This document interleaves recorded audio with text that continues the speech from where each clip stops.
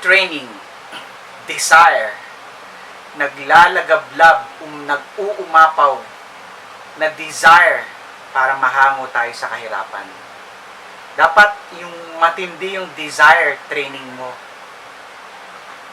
Kumbaga, nag-uumapaw sa puso mo na makaahon ka sa hirap. Yung mga naranasan natin, nag-uumapaw yung desire natin na hindi na ito maranasan ng mga bata.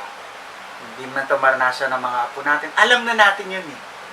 Alam mo na yung hirap na dandasan mo, naglakad ka na malayo, 5 hours na traffic.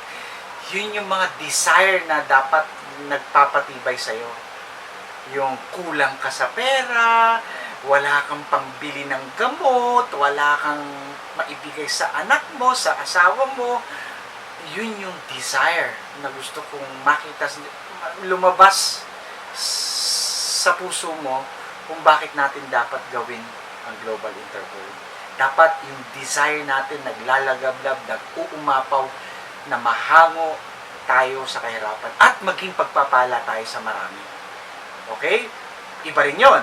Ang maganda nun, yung desire mo, dapat nasa puso natin lahat. Whatever it takes, kahit anong mangyari, iahon natin sa kahirapan ang ating pamilya.